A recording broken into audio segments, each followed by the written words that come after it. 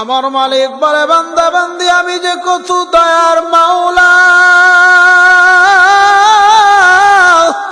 আমি যে কত মায়ার মাওলা। আমার মালিকের কাছে যদি কেউ ভূত বোঝার মতো গুনাহ কইরা আমার মালিকের কাছে যদি কেউ তওবা করতে পারে, আমার মাওলা বান্দা বান্দিকে মাফ না করে পারে না। হাদিসের মধ্যে আসছে, হযরতে দাহিয়াতুল কলবি রাদিয়াল্লাহু তাআলা আনহু আল্লাহর নবী সাল্লাল্লাহু আলাইহি ওয়াসাল্লামের এক সাহাবী আল্লাহর নবী সাল্লাল্লাহু আলাইহি ওয়াসাল্লামের সামনে আয়েশা বইসা আল্লাহর রাসূলকে বলে, ইয়া রাসূলুল্লাহ, ইয়া হাবিবাল্লাহ,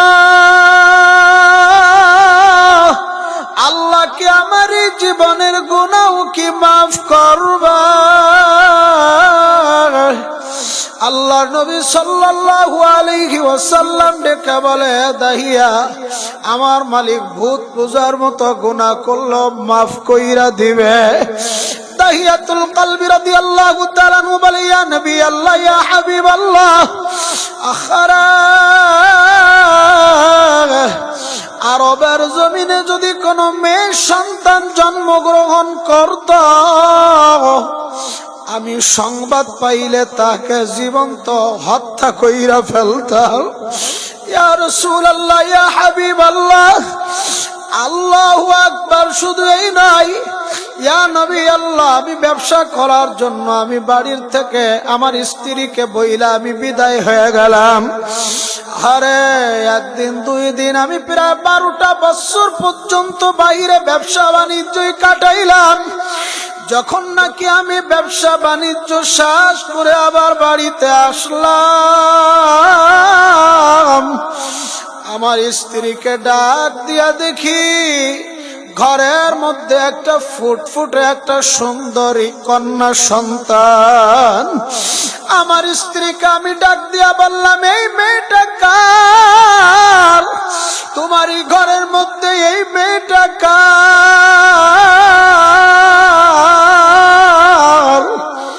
স্ত্রী প্রথমে বলতে চাই না, পরবর্তীতে আমার দিকে তাকাইয়া বলে, আপনার মেয়ে।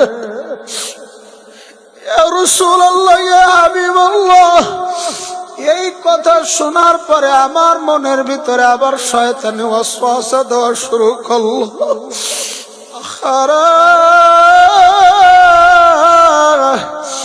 আমি কত মানুষের জীবন্ত সন্তানকে আমি কবর দিছি, আমি জীবন্ত মেয়েকে হত্যা করেছি, আমার মেয়েটা কি বাইচা থাকবে?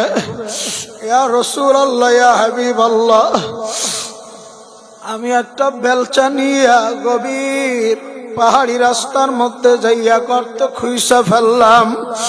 বাড়ি আইসা আমার স্ত্রীকে বললাম, স্ত্রী,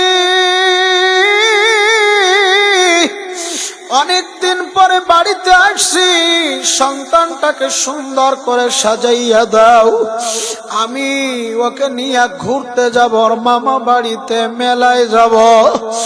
এই কথা শুনে না স্ত্রী বুঝতে পারে না, স্ত্রী আমার হাতে সুন্দর করে মেয়েটাকে সাজাইয়া দিছে।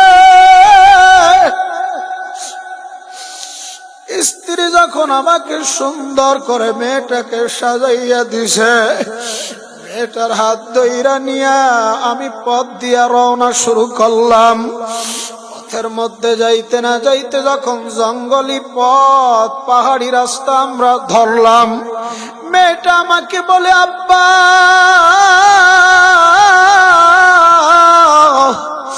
আমার মামা বাড়ির রাস্তা তো এই দিকে না, আমার মামা বাড়ির রাস্তা তো অন্য দিকে। তখন আমি মেয়েটাকে বললাম, এই মেয়ে ছোট মানুষ, তুই রাস্তা কয়টাই বাজছে না। আমি মেয়েটাকে ধমক দিলাম, মেয়েটা চুপ হয়ে গেল। মেয়েটাকে আমি হাত ধইরা নিয়ে এবার জঙ্গলের দিকে যাইতে থাকলাম। আবারও মেয়েটা বলে, বাবা জঙ্গলি রাস্তা দিয়ে কোন দিকে যান? মামা বাড়ির রাস্তা তো এইটা না। আমি বলি, মেয়ে তুই রাস্তায় একটা চেন, আমি বড় মানুষ, আমি তো অনেকগুলা রাস্তা চিনি, এই রাস্তা দিয়া চল, তোর মামা বাড়ির সামনে। হুজুর আমার মেয়ে বুঝতে পারে না আমার সাথে চইলা গেছে। আখারে একটা গর্ত খুঁজা, আমি আগে ওই গর্তটা খুঁজা রাখছিলাম। আমার মেয়েটাকে বললাম, আখারে এখানে দাঁড়াও, বইলাই গর্ত একটু কম, এই জন্য আর একটু খুঁজতে লাগলাম।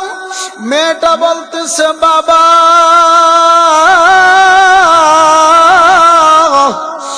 এই গর্ত কি জন্য মামা বাড়ির রাস্তায় যাওয়ার সময় আপনি এখানে খুঁজতেছেন? মেয়েটা এখনো বুঝতে পারে নাই। ইয়া রাসূলুল্লাহ, ইয়া হাবিবাল্লাহ, গর্তটা খোঁজার পরে মেয়েটাকে আমি লাথি মারিয়া ফেলা দিছি। আখরে মেয়েটা গর্তের ভিতরে পইড়া গেছে। মেয়েটা বুঝতে পারছে, মার মুখ থেকে অনেকবার শুনছে মেয়ে সন্তান হইলে জানত মারিয়া ফেলাই, কবর দিয়া ফেলাই। এই জন্য মেয়েটার অন্তরে এবার ভয় এসে গেছে। মেয়েটা গর্তের ভিতরে পইড়াই বাবার পাও দুইটা জোড়া দুইরা বলে, ও বাবা তুমি আমাকে এখানে মাইরা ফেলো না, আমার জীবনটা ভিক্ষা দাও।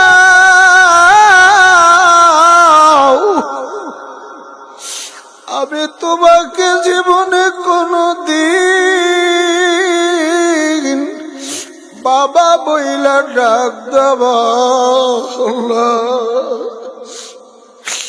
বাবা তুমি আমাকে জীবনটা একটু ভিক্ষা দাও। এই কথা বলার পর আমার অন্তরের ভিতরে কোনো মায়া হলো না, দয়া হলো না। আমি সন্তানটাকে আবারও লাথি মাইরা আমার পা সারাইয়া নিছি। নিয়ে যখন নাকি আমার মেয়েটার গার উপর আমি মাটি দিতেছি, বালু দিয়া চাপা দিতেছি, মেয়েটা আবারও দুই চোখের পানি ছেড়ে কান্দে আর বলে, বাবা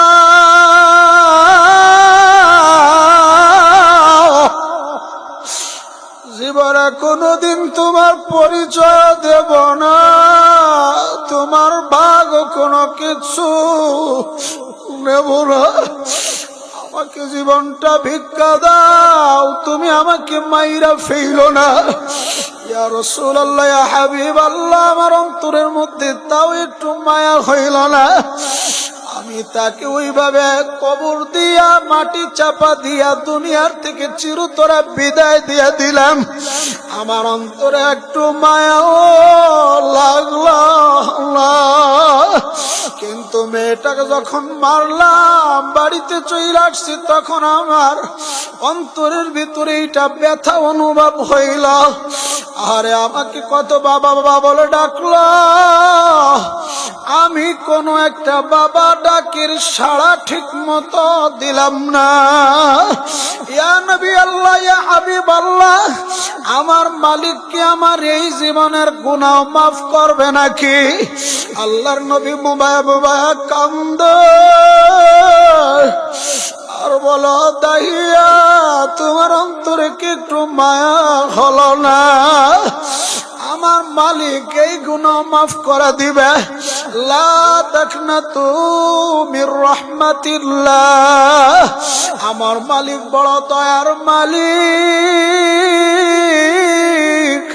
বান্দা বান্দিকে আমার মাওলা ডাকতে থাকে, আয় আয় আয়, কে আসো গুনাহ নিয়ে? আমি মাওলা তোকে মাফ করার জন্য তৈয়ার হয়ে আছি।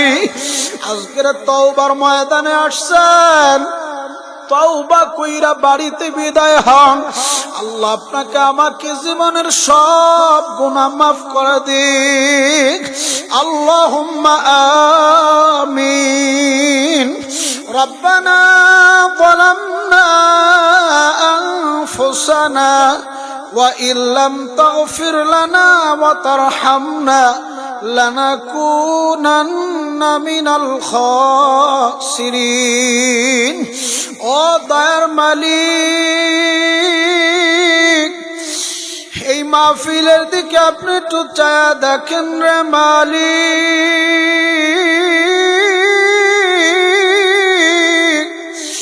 গুনার বোঝা নিয়ে আপনার আলিশান দুয়ারে হাজির হয়েছি মাওলা।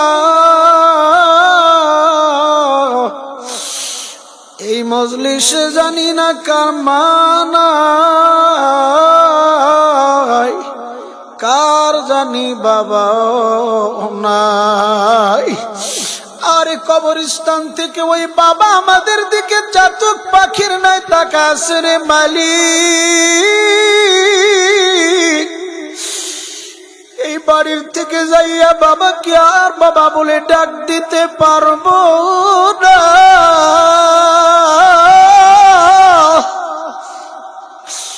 মাকে আর মা বলে ডাক দিতে পারবো না।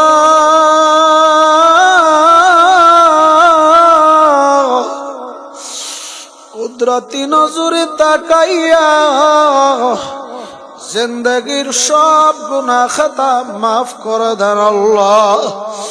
আল্লাহ মাহফিলকে হেদায়েতের জন্য কবুল করে নেন আল্লাহ। ইয়া আল্লাহ এই মাহফিলে যারা খাটনি সহযোগিতা চেষ্টা শ্রম দিল আল্লাহ সবাইকে কবুল করে নেন আল্লাহ। ইয়া আল্লাহ দেশের মধ্যে শান্তি দিয়া দেন আল্লাহ। ইয়া আল্লাহ